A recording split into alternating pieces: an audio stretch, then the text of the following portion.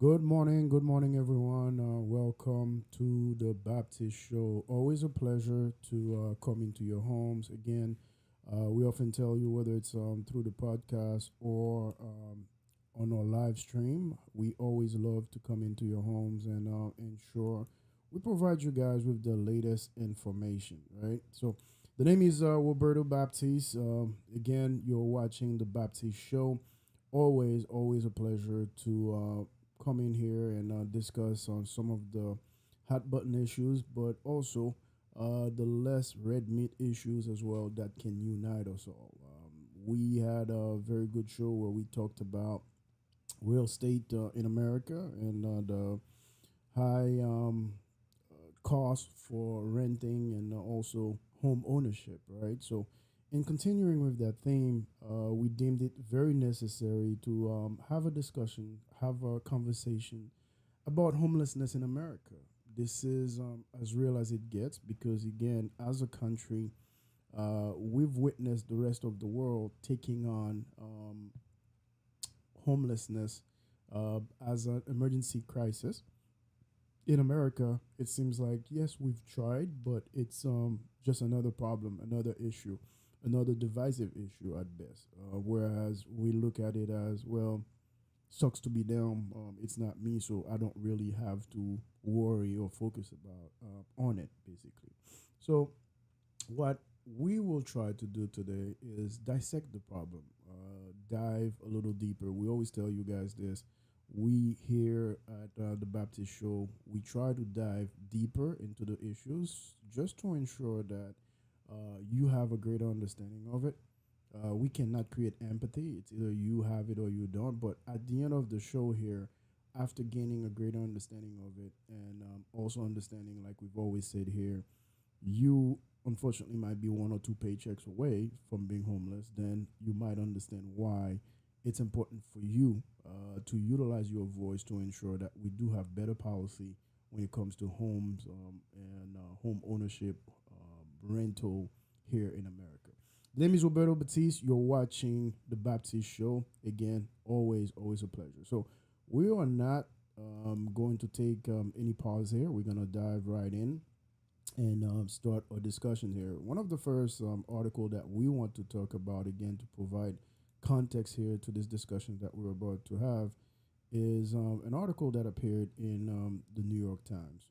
What don't you know about homelessness? It's a little lengthy, but we will read the article and then try to talk about it a little bit because again, we feel it's going to bring a lot of context to the conversation that is to be followed here. What don't you know about homelessness? Most experiences of homelessness are hidden by design, but they reveal much about how communities work or done. This is an article written by Matthew Thompson from the New York Times. We want to give him credit for that. Headway is an initiative from the New York Times exploring the world's challenges through the lens of progress. We look for promising solutions, notable experiments, and lessons from what has been tried. When you live in a house, some essentials typically come with it: a bed to sleep in, a place to store your belongings, access to a bathroom, an address that can receive mail, a door that locks. Yet, more and more Americans are losing those things. After years of steady declines, homelessness is once again increasing in the United States. More people are having to live either in shelters or outside, expelled from housing by any of countless forces. Last June, Headway published several articles about Houston's success at reducing homelessness over the past decade. The articles prompted thousands of people, including hundreds who reported experiencing homelessness themselves, to write to us. They shared many stories and observations that we in turn wanted to share with you. So, over the past few months, two of our reporters, Susan Shane and Aidan Gardner, conducted dozens of in depth interviews with people who are experiencing or have experienced homelessness in the United States. Immersing myself in this conversation left me with the sense that every city has a layer that's visible only to its residents without housing. A similar feeling led Stephanie Fleischman and Jeremy Howard Beck to title their opera about homelessness in Houston, Another City. Any city grappling with homelessness is actually two cities coexisting, like parallel universes. one laid atop of the other. They write in their creator's statement. It is the rare person who has the tools and resourcefulness to straddle the divide. Even as homelessness becomes more common, most of it remain hidden by design. People experiencing homelessness often try to disguise their situation. While their house neighbors often arrange cities leaders to keep homelessness out of view. So, what comes to define homelessness in the popular imagination or its most visible aspects, while the illuminating, lonely, and often mystifying particulars of each person's experience are hard to see? For Matthew Kearney, the experience of homelessness unfolded in stages. This is a very important piece of this article. I hope you guys pay attention closely. In 2006, Matthew Kearney lost his trucking job. For the next 10 years, he worked odd jobs and lived in his van.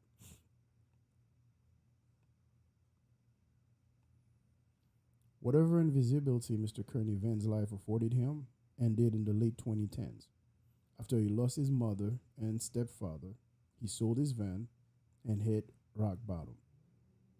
The fragile veneer of shelter and security that the van had provided him disappeared. Hellish, sleepless nights and days of being isolated yet having to live in public spaces eventually landed him in an ER. In the hospital, Mr. Kearney got psychiatric treatment. Antidepressants, he said, helped him achieve for the first time a sense of normalcy, of having something to contribute to society. Then one day at the local library, he heard a performance by a choir known as the Voices of Our City. Mr. Kearney's story is one of 30 that we've distilled from hours of interviews and that you can navigate in our online interactive. We strove to pull together a range of conversation that could begin to reflect the variety of homelessness in the United States. From people who first experienced homelessness as young children to people who lost their housing at an older age. Many of the people we talked with touch on similar themes. We compile some of these responses on the 12 frequent answered questions. They suggest how different these experiences are from one another and how impossible it is to generalize about them. The way the United States estimates rates of homelessness, with a group of volunteers counting people who are unsheltered and in shelters on a few nights every January, ensures that official numbers reflect only the most extreme and visible aspects of the problem. This is very important because, again, uh, it's one thing to have access to shelters, it's another when you don't. So, even among the homeless community, you have some folks that are not being counted. And to me, it's a human rights issue, it's a human dignity issue. It's bigger than just homes and housing at the end of the day. There's plenty of ugliness in these stories. What beauty there is comes in glimpses of a shared world, bonding with strangers over dinner and anime, leading a Girl Scout troop, having a laugh at an Alcoholics Anonymous meeting, passing around a vodka jug with fellow veterans, finding the social workers who's been around the block, or enjoying an ocean sunset. Moments when, even in the depths of isolation and deprivation, something essential is held in common.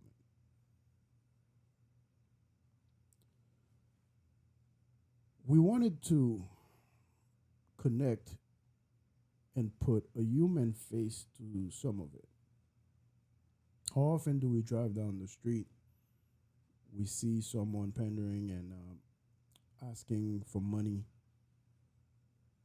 We see someone sleeping in a tent somewhere, and we thought to ourselves, it's the drugs, it's the alcohol. Quick to judge.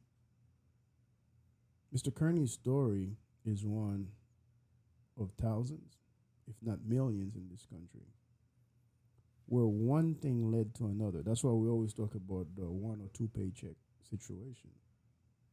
Imagine you lose your job, your source of income, for whatever reason. The bills don't stop. The bills keep on coming and piling on. As a result, you lose your apartment, you lose your house after a couple of months, whatever the time frame is. If you don't have an environment that is supportive of you, if you don't have people around you that might be able to catch you when you're falling, where do you end up?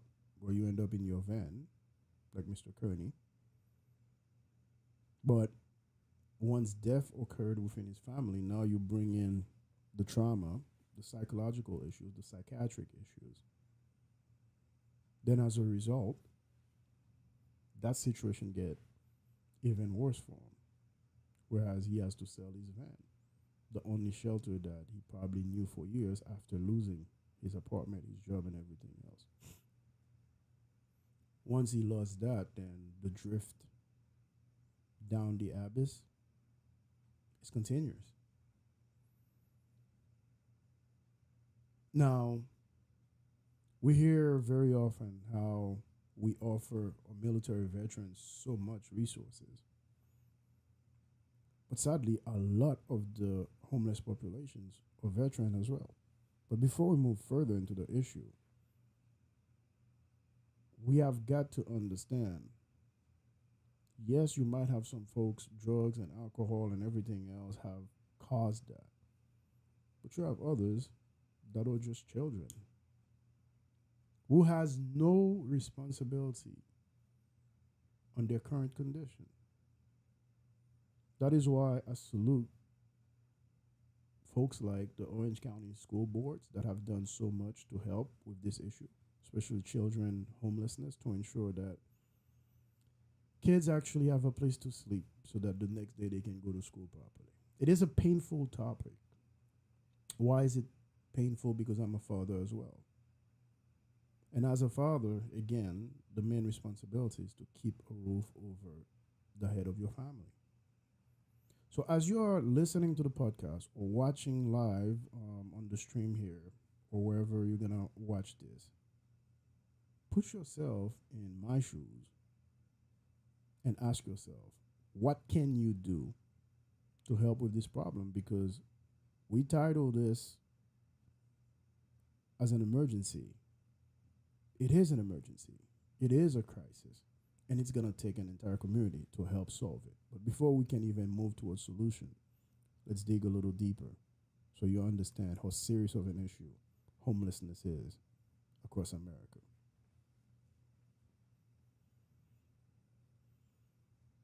Based on this article that came from CBS News, 2 years after the pandemic ended, homelessness in cities and states across the U.S. again is on the rise. Roughly 421,400 people were homeless in the U.S. in 2022, and 127,750 of them were chronically homeless, meaning they didn't have a place to stay for a year or more, according to a National Alliance to End Homelessness data. Homelessness rates have been climbing nationally by about 6% every year since 2017, the Alliance said. The increase is the number of people without a place to live, comes amid soaring housing costs and rising prices for essential like food and transportation. The federal government sent $817 billion in stimulus payments to Americans, according to a New York Times estimate. But that lifeline ended in March 2021. There's no cash coming in from the government anymore. Amy Quackenbus, executive director of the American Bankruptcy Institute, told CBS Money Watch in February. There are several people who haven't been able to weather that storm. To be sure, the official 2023 homeless tally won't be exact because people who are homeless don't gather in one setting for an easy roll call. Wall Street Journal reporter Shannon Najmabadi told CBS News. It's very difficult to count the number of people who are unsheltered, living in cars or couch surfing in the woods on properties that's difficult to access, she said. Major cities avoided a tidal wave of homelessness during the pandemic because the federal government offered emergency rental relief, eviction moratorium, stimulus checks, and other pandemic-era aid. However, with those protections now vanished, financially challenged Americans face daunting housing prices, with the national median sales prices at $441,000 and the median rental costing $2,000 a month as of May of 2023. Now, if you go to California, the homeless crisis in California has dominated most of the national conversation. An estimated 171,000. Guys, we are gonna have to take a quick break, and we gonna come back and continue on with this article because this is very, very important to discuss, right? So bear with us here, and we're gonna go right into a quick break.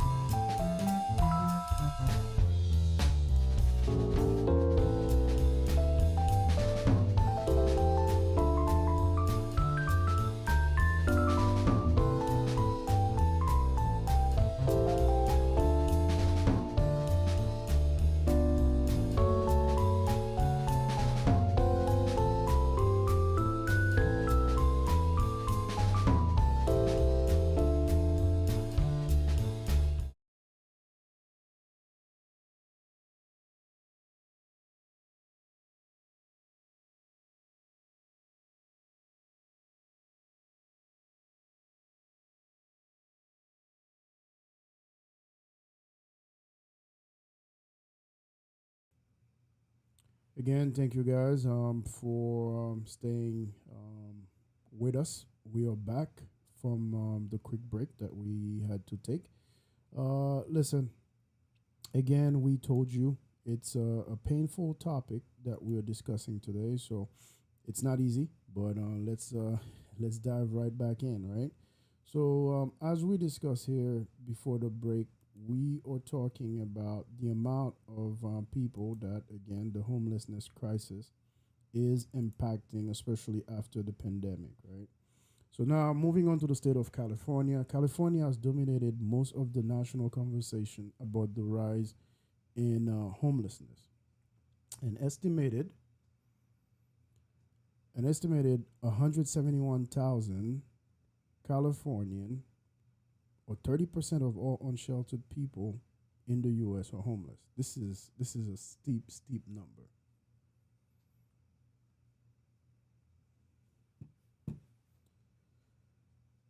San Diego County alone saw its homeless count rise to 10,264, a 22% increase from last year, the journal reported.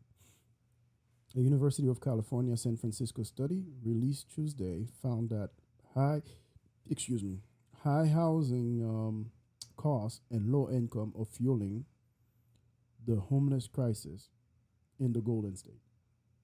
California's homelessness problem is so intense that Los Angeles Mayor Karen Bass this week announced plans to eliminate LA street homelessness by 2026, first by declaring a state of emergency, and then by moving unsheltered individuals to hotels and motels. My goal would be really to end street homelessness, she told CNN on Sunday. There will still be people in shelters and entering housing, but at least we'll not have people dying on our streets. And this is the issue with homelessness. Very often, we feel it's in some remote community that is not closer to what we call our homes. That is not the case at all, because at the end of the day, every city in America is grappling with homelessness. Apologies. Every community in America has to figure out how to combat this crisis. Now, again, imagine before COVID, we were seeing a bit of a decline, but with COVID, things kind of shifted. Yes, moratoriums were in place where landlords could not kick people out. Folks were getting some kind of checks from the government, so on and so forth. But once that ended, that safety net that folks had disappeared. So, of course, the spike we're seeing is only natural and normal. But what are government entities doing to help catch those that have fallen and that have no one to help them? Now, one of the worst statistics that we've uncovered in our research for this episode here is the baby boomers that are becoming homeless at a rate not since the Great Depression. So let's dive into what's driving this trend. You see, many baby boomers across the country are now coming to terms with the hard reality that working for your entire adult life is no longer enough to guarantee you'll have a roof over your head in your later years. Thanks in part to a series of recessions, high housing costs, and a shortage of affordable housing, older adults are now the fastest growing segment of America's homeless population, according to a report in the Wall Street Journal, based on data from the Departments of Housing, Urban Development.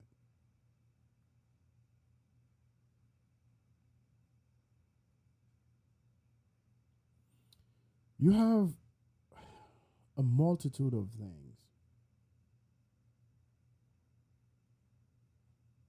that have caused this.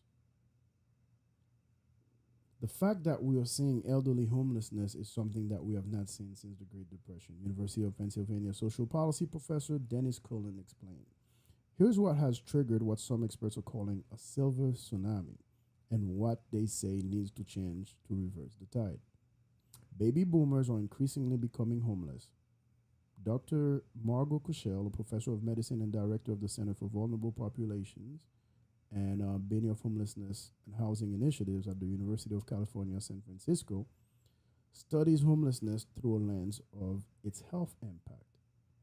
And Cushel's research shows there's an escalating rate of homelessness among older Americans. In a 2020 journal article for the American Society on Aging, Cushel wrote that of all the homeless single adults in the early 1990s, 11% were age 50 and older. By 2003, she says that percentage grew to 37%. Now, the over 50 demographic represent half of the homeless single adults in the US, with no signs of their numbers slowing, leaving baby boomers, those aged 57 to 75, particularly vulnerable. Elderly homelessness has been rare within the contemporary homeless problem. We've always had very few people over 60 who've been homeless historically. Colleen from the University of Pennsylvania told PBS. But in recent years, Colleen says that has changed. Older Americans, he says, are now arguably the fastest rising group. Here's what's changed. After living through multiple recessions, leaving some of them with little savings, aging boomers are also now contending with insufficient affordable housing. Local assisted living centers are extremely limited, with labor shortages, inflation, and reduced funding putting facilities at risk of closing. And even rent is becoming increasingly out of reach in certain areas, like Massachusetts, New York, and Florida. During the COVID-19 pandemic, Florida resident Judy Schroeder told the Wall Street Journal the apartment building she was living in was sold to a new owner, raising her monthly rent by more than $500. Schroeder lost her part-time job, leaving her living off of Social Security alone, and couch surfing for months before she finally found a place in late August. Couch surfing is just going to a friend's house and trying to stay with them and doing that throughout the week. I never thought at 71 years old that I would be in this position, she said. Now, what can be done? Researchers at the University of California, San Francisco told the Wall Street Journal that about half of the homeless older adults in places like Oakland, California, and New York became unhoused for the first time after their 50th birthday. These individuals pointed to a major event like the death of a spouse or medical emergency as the trigger that precipitated them towards becoming homeless.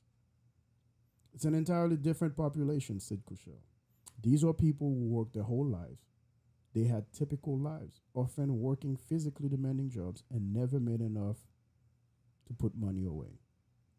She says expanding the supply of affordable housing and availability of rental assistance programs, eviction protections, and renters' rights could be key to preventing homelessness.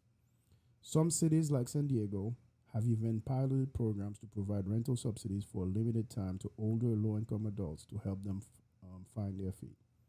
There's also the matter of income, as advocates point out that the federal minimum wage of $7.25 has failed to keep up with inflation. And while most states supplement federal programs like supplemental security income and Social Security disability insurance, Cushel believes increasing SSI or state supplements could make the difference for older adults and those with disabilities struggling to afford housing. We have the means to end homelessness in older adults by increasing affordable housing for older adults, engaging in targeted prevention efforts, and building up the success of permanent supportive housing. We can make homelessness for older adults rare and brief. That's what the researcher Cushel concluded.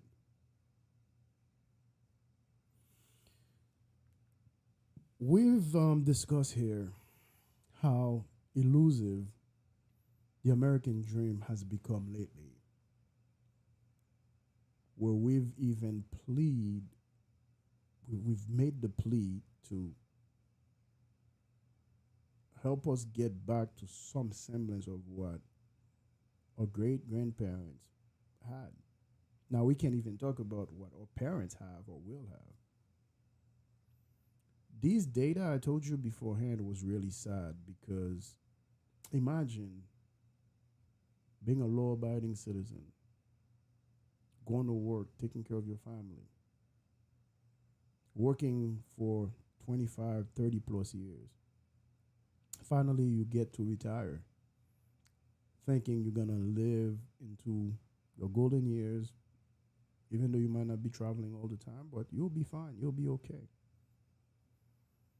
only to find yourself in this situation. Because when you look at the 2008 housing crisis that occurred, where the entire U.S. economy was about to tank, the boomers took a major hit. A lot of people had to retire early. A lot of people lost their jobs. Now, some folks had a spouse. Yeah, that helped tremendously. Fast forward to so many other issues that these folks had to face, to include the pandemic. Now you have a spouse that passed away. Instead of two folks trying to make ends meet, you only have one now. When you are on the down climb of your life, your career, everything you've worked for over the years, you would think life would get easier. But that's not the case, is it? We're seeing in America right now where even our elderly, we can't take care of them. You hear on TV Republicans and Democrats both fighting all the time over Social Security, increasing the retirement age, making sure that people are paying more into their retirement plans. But are these policies really sustainable? Will they really help older Americans to have a decent place to live? Heck, forget about a decent place. Have a place to live, have a roof over their heads when they are in their 50s and beyond. The data is not showing that. When you have 50% of the homeless population that are baby boomers, to me, this is more than a crisis. This is a travesty. Our parents work hard to care of us so that ultimately when they're in their older years, we can take care of them. And that's the collective parents that I'm talking about. That means as a country, our children and our elderly are probably the two main groups that we would need to focus on because they are some of the most vulnerable population. So even that is an issue. Even that is not being done. That is quite an issue, but it is not a sexy political issue. This show is not designed to be sexy. This show is designed to inform you to have the hard conversations that your neighborhood politician is not going to talk to you about. The ultimate goal, you might ask, well, I hope you take a second when you go vote, when you go support someone next time, you take a second to ask them for their positions on these issues and what are the policies that they want to bring on whenever they get elected to help change these issues. Because again, these issues are not Republican issues, they're not Democrat issues, they're not independent issues, they are American issues, they are core value issues, they are human right issues. Because you cannot ask someone to work their entire lives to pay into a system only for them to end up in the streets the moment they cannot work anymore. That's not how it's supposed to be. That is not the American dream. It is shameful. It is a travesty. But we ultimately are responsible. We, i.e. the voters, we, the American electorate that have actually given in to the toxic politics that we've seen across this land over the last few years. The constant noise that is not helping any single one of us towards gaining a better life, towards living that American dream. It frustrates me to no end because, again, we are failing our older people, yet it's not in the mainstream media. We understand certain things don't sell. It's marketing 101. We get it. But these are human beings that help build the highways we drive on, human beings that actually help build the hospitals we right now have delivered our babies in. We owe it to them to provide at least a decent shelter, a decent roof over their head. We owe it to them. What good are we as a society if we cannot take care of our elderly? You're watching the Baptiste Show. You're listening to the Baptiste Show from the podcast. Today's topic again is homelessness across America, how this emergency has come about, and what can be done to solve it. We are not in the solution stage yet, but we've told you very often people look at homelessness and think, well, this is not a Floridian issue. This is not a New Yorker issue. This is a Californian issue because you see California in the news all the time about it. But think again. Homelessness is as Main Street as American apple pie or as the store that sells it. That's what homelessness is today in America. Now, when you're looking at the 25 cities that have some of the worst homelessness issues in America, you'll be surprised. You have the city of Tucson in Arizona, number 25. Especially if you're a warm weather state for the most part, folks are going to migrate there. That's just the nature of it all. Right? Tucson have a population, homeless population of 2,200 people, estimated 4.1%. That's an increase of 68% from 2020 to 2022. Astronomical boom after the pandemic. Number 24, Minneapolis. Homeless population 2,600. Matter of fact, Minneapolis saw a decrease in its homeless population between 2020 and 2022. In 22nd position, San Antonio, Texas. Homeless population 2,900. Estimated rate of homelessness 2.1%, 2% increase from 2020 to 2022. Staying in the state of Texas, 22nd. Homeless population 3,100. That's the city of Houston. 21. Austin, Texas. 3,157 people homeless. Increase of 26%. Again, I want to drive home the point. That's why we're going through that list to tell you who is number one in terms of homelessness in this country, but the top 25 cities, because it is not an isolated issue. Every community today is impacted in America with homelessness. The city of Miami finds itself at number 20 on that list with 3,276 people homeless. Even though they've seen a decrease from 2020 to 2022, we have not seen the data for 2023 yet. Long Beach, California, 3,296 people. That's the homeless population. That's a 62% increase for that same time period of 2020 to 2022.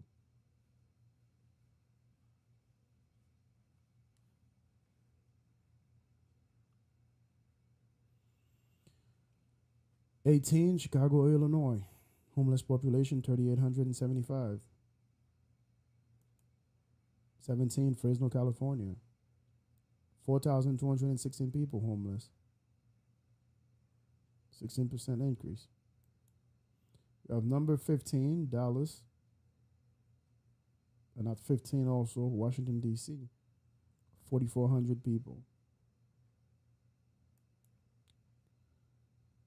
And in 14th position, Boston, Massachusetts. And there's going to be a spike in Boston for 2023 because in the summer, I don't know if you remember, there were a couple of articles out about how a lot of people were sleeping on the doorsteps of churches and across different communities in Boston. You have about 4,400 people that are registered homeless. Just it's very important because we've told you you have the couch surfing crowd. You have people living in their vans, people living in the woods. It's not like those folks congregate and say, hey, please count me as homeless. So those are the people that they were able to count. 13th position is Philadelphia. 4,489 homeless people. There's a decrease in Philly, actually. Portland, Oregon is in number 12, 5,228 people, an increase in 25% from 2020 to 2022. 11th, Las Vegas, Nevada, 5,645 people registered as homeless, 7% increase. Number 10, Denver, Colorado, 6,884. We're going through the entire list, guys, because again, we need to understand this is not a far-fetched issue or made-up issue that is not remotely connected to your community. Number 9, San Francisco, 7,754 as a city. They actually have a 5% decrease. San Diego, California, number 8, 8,427 people, 10% increase. Number 7, Phoenix, Arizona, 9,026, 22% increase. Number 6, Sacramento, California, 9,278 people registered as homeless. That's their homeless population. This is a 68% increase. Number 5, Oakland, California, 9,747 people. That's a 20% increase. Number 4, San Jose, California, 10,028, 4% increase. Number 3 on the list, Seattle, Washington, 13,368 people registered as homeless, 14% increase. Number 2, New York City, 61,840 people registered as homeless. Believe it or not, that's after a 21% decrease from 2020 to 2022. And of course, number 1, Los Angeles, California, 65,111 people registered as homeless. That's a 2% increase.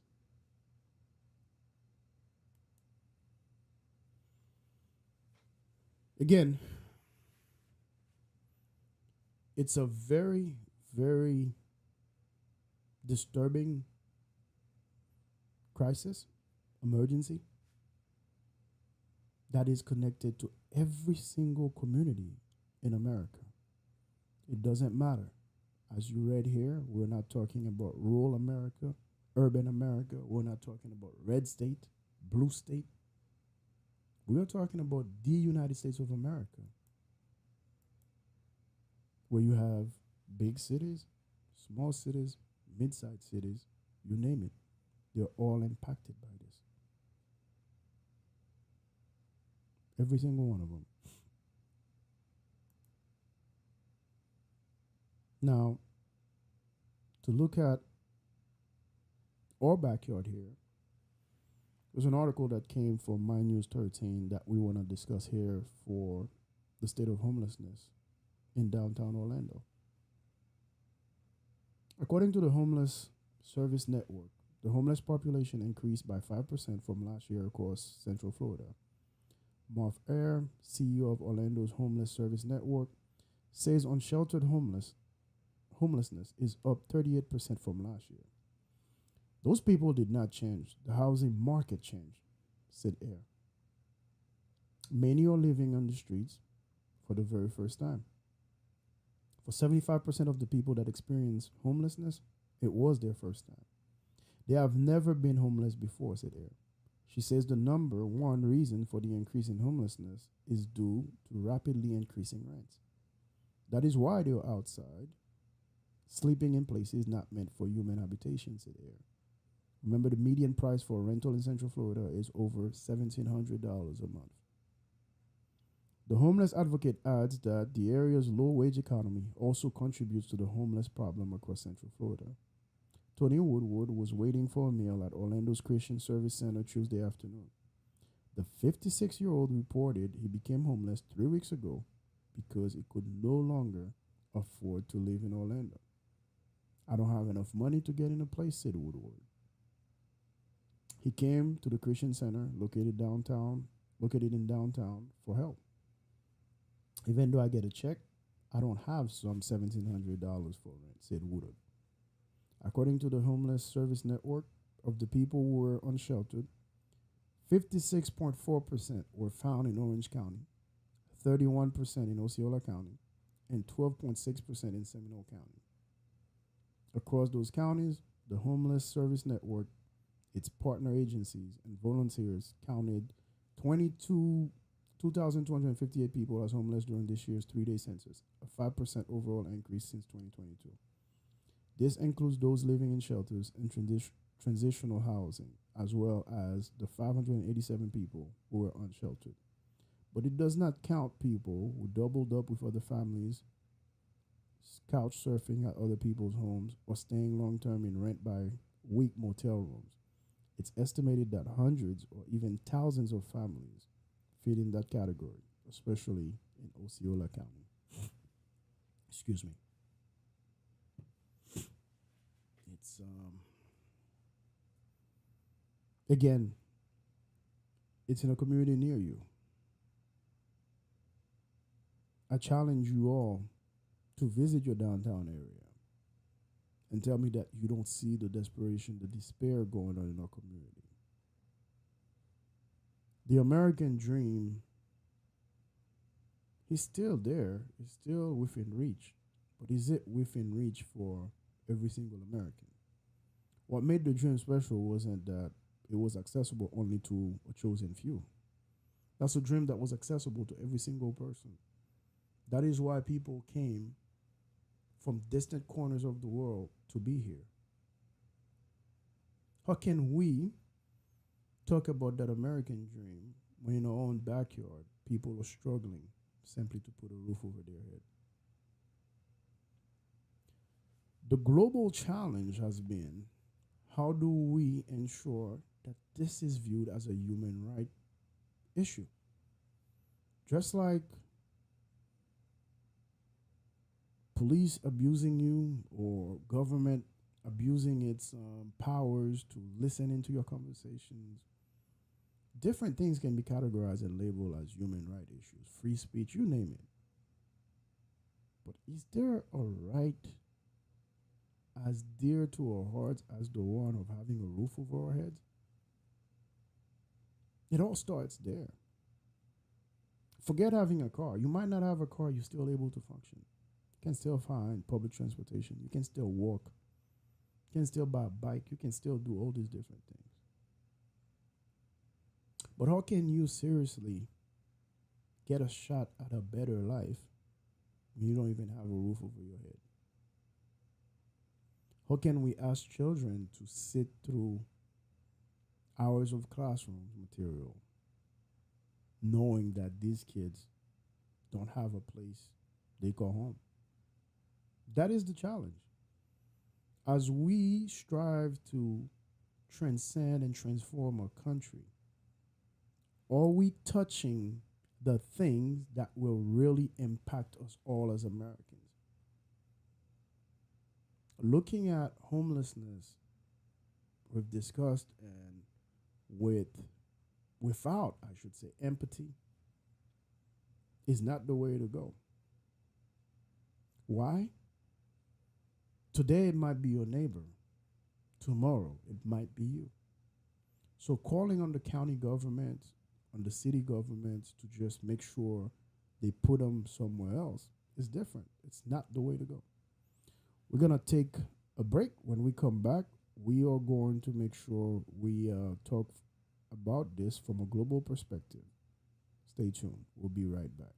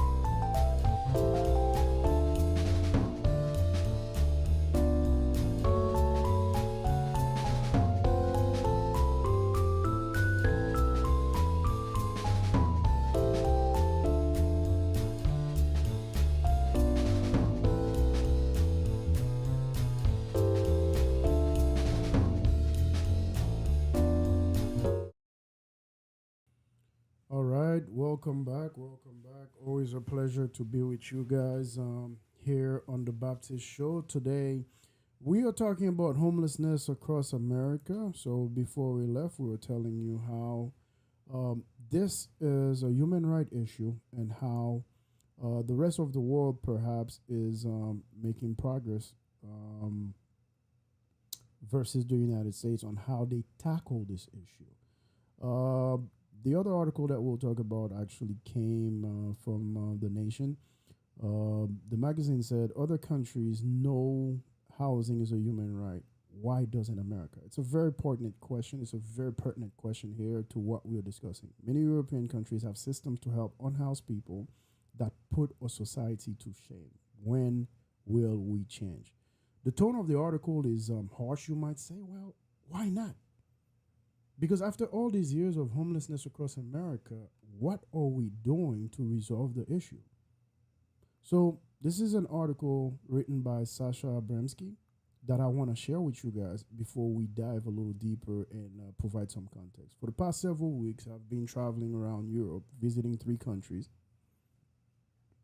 Denmark, the United Kingdom, and Greece, with different levels of wealth and inequality and different political ideologies animating their governments. As someone coming from California, where homelessness and endemic on the street drug usage and mental illness are the backdrop to everyday life in the state's largest cities, it's always an eye opener to see how the rest of the world fares on this. In in the entire country of Denmark, with a population of roughly 6 million people, there are, experts believe, 10,000 to 15,000 homeless people. Most of them, however, do not live on the streets. Since more than a decade ago, the government embraced a goal of eliminating on the streets homelessness by providing a range of temporary accommodations and at the same time began enforcing laws against the presence of homeless encampments. Denmark's total number of homeless is about the same as the total number in Sacramento, where I live.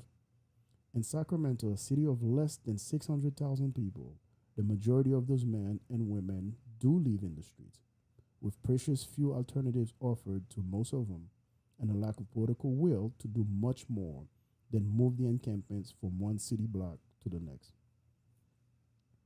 In the United Kingdom, which has many of the same social inequalities and wealth disparities in the US, or as the US rather, the advocacy group Shelter estimates that there are more than a quarter of a million homeless, which is a large number than in California. In the UK, though, the vast majority of these individuals have access to at least temporary housing.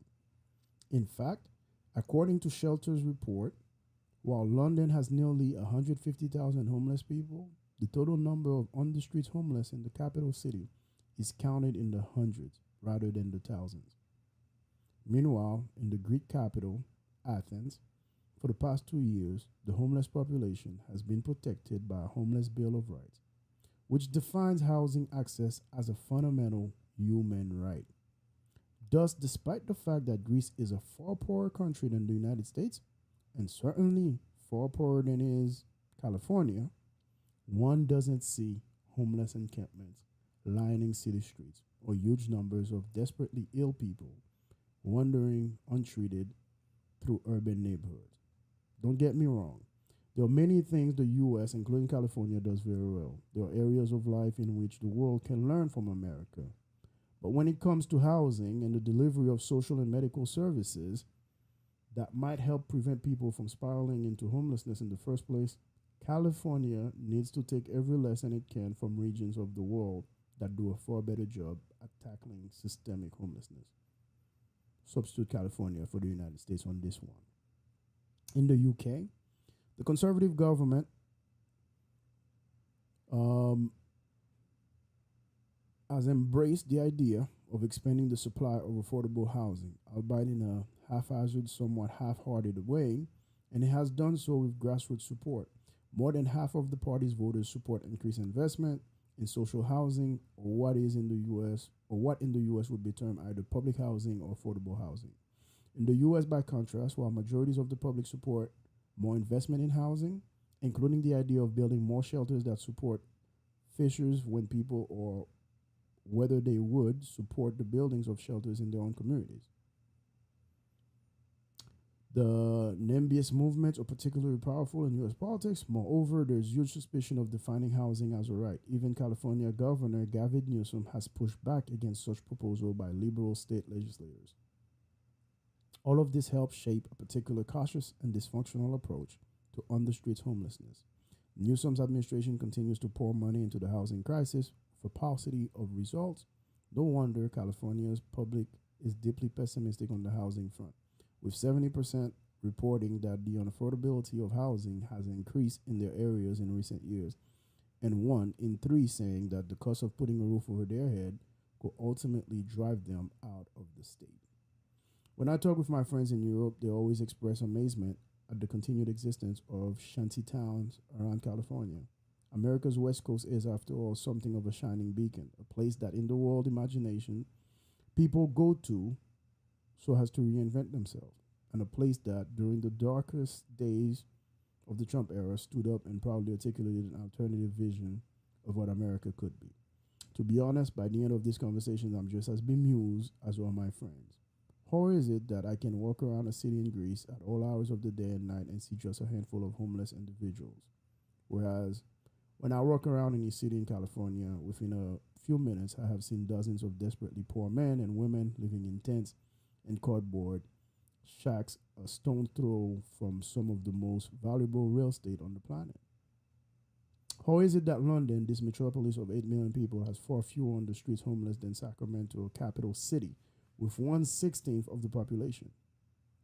How is it that Denmark can provide so many options to those who lack permanent residences, but California stumbles from one slapdash, expensive, and generally ineffective response to the other? I don't need to read any further. You get the point. Even in the tone of this article, you can read liberal conservatism. You can read the divide. But one thing that we need to stop doing as Americans is to make every single issue a political one. To declare, to name homelessness as a human right issue is not an attack on the Republican Party, nor is it an attack on the Democrats, nor is it an attack on conservatives or liberals.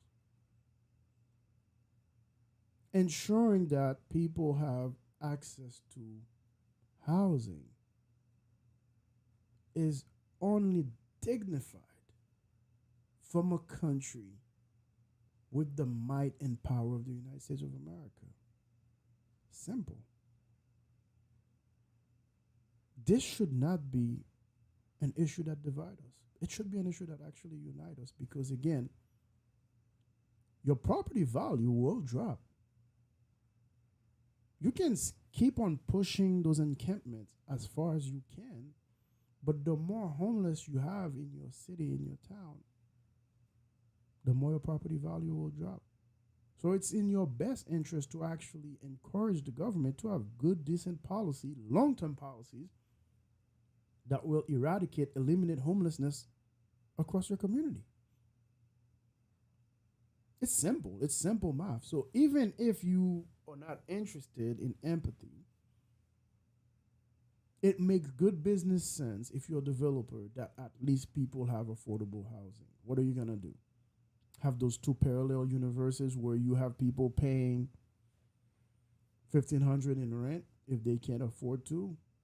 You have an encampment right outside your apartments where people are paying that kind of money. How sustainable is that? Not very. We understand this is a problem that has many causes, that has many roots. But we have some common denominators that we need to address. Mental health is one of them. Substance abuse is another. Loss of employment is another one. The other overarching theme that we're also seeing is you have a lot of people that are in retirement that are falling prey to this crisis. So how do we ensure that these folks have enough? to cover, their rent on a monthly basis. One proposition is to ensure that we provide a subsidy to boomers and people over 50 that are in their retirement to help offset the high rise or the increase in rent prices across different communities in America. That's a solution. What is that one silver bullet solution, you might ask yourself? Well, there isn't none. I've told you guys from the onset here that homelessness is not a sexy issue. It's not a quick fix issue. It's not.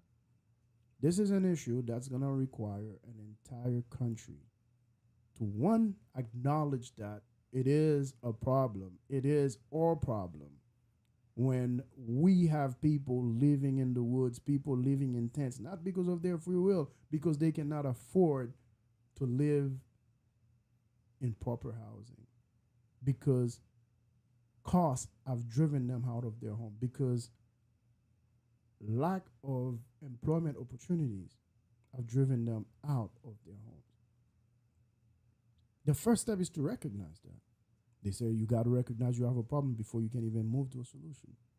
The first step is to stop looking at this through the lenses of politicians and politics, where we have to be divided on it. Believe it or not, we have more that unites us in this country than that divides us. But the forces of division, of extremism, are way louder and have a bigger pulpit than those of us that understands, again, that at the end of the day, no matter if you're a black man, a white man, a brown man, or whatever man, you put on your pants the same way in the morning. You get behind the wheels or get on the bus the same way we all do, trying to go get on with your day so you can provide for yourself and your family. I use the example of a man because, again, that's my experience, that's my lenses, but it goes for everyone else. We all try to journey through life trying to find better opportunities and make a better life for our loved ones. Simple. So perhaps if we start with that common shared interest of how can we do better for ourselves and for our families, then we might empathize with those that can't at this particular moment in their lives and offer them the proper resources to do so. That's the America that is always the beacon of hope that the world looks at.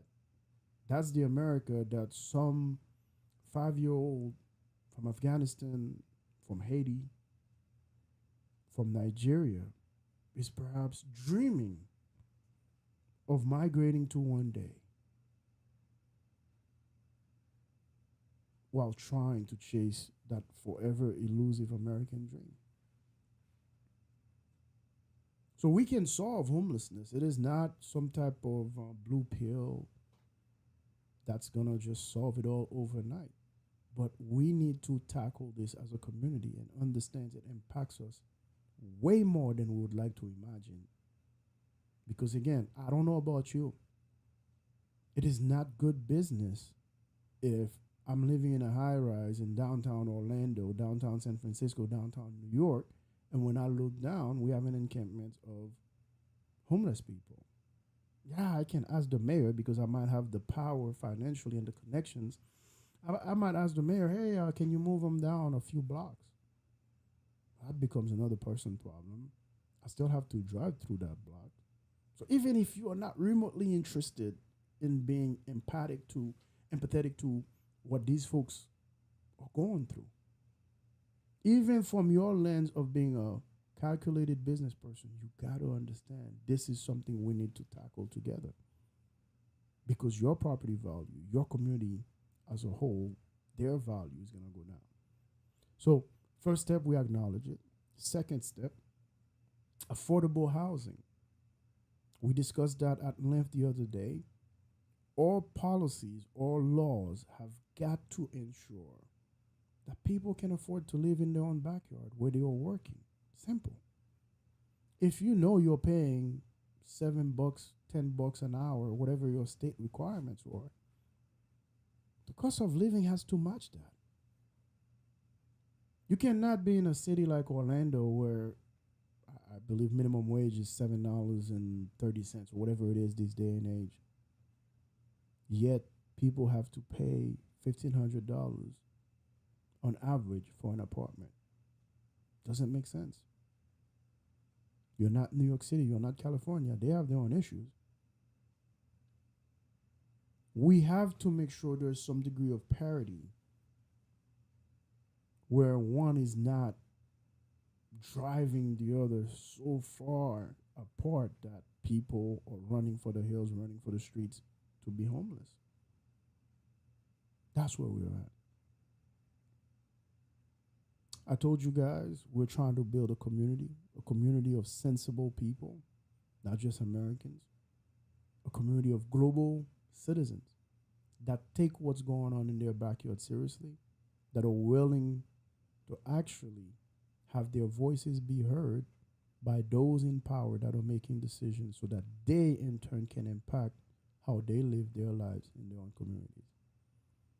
If you're watching in Lagos, you're listening from Cape Verde, you're watching from Kingston, you're listening from the streets of Orlando, you can be part of this community.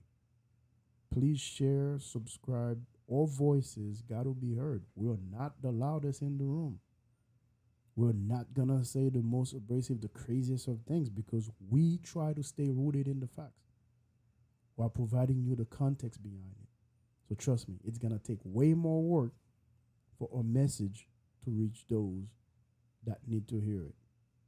And if you're a homeless person, believe me when I say this to you, at least there is one person here that empathizes with you that is going to be fighting for you. And no, I am not running for office. I'm just a simple American who actually believe it is part of my duties to look out for my fellow Americans and my fellow men. Until next time, this is the Baptiste Show. Again, always a pleasure to come into your homes. We appreciate you. Please share, subscribe, follow us on Instagram.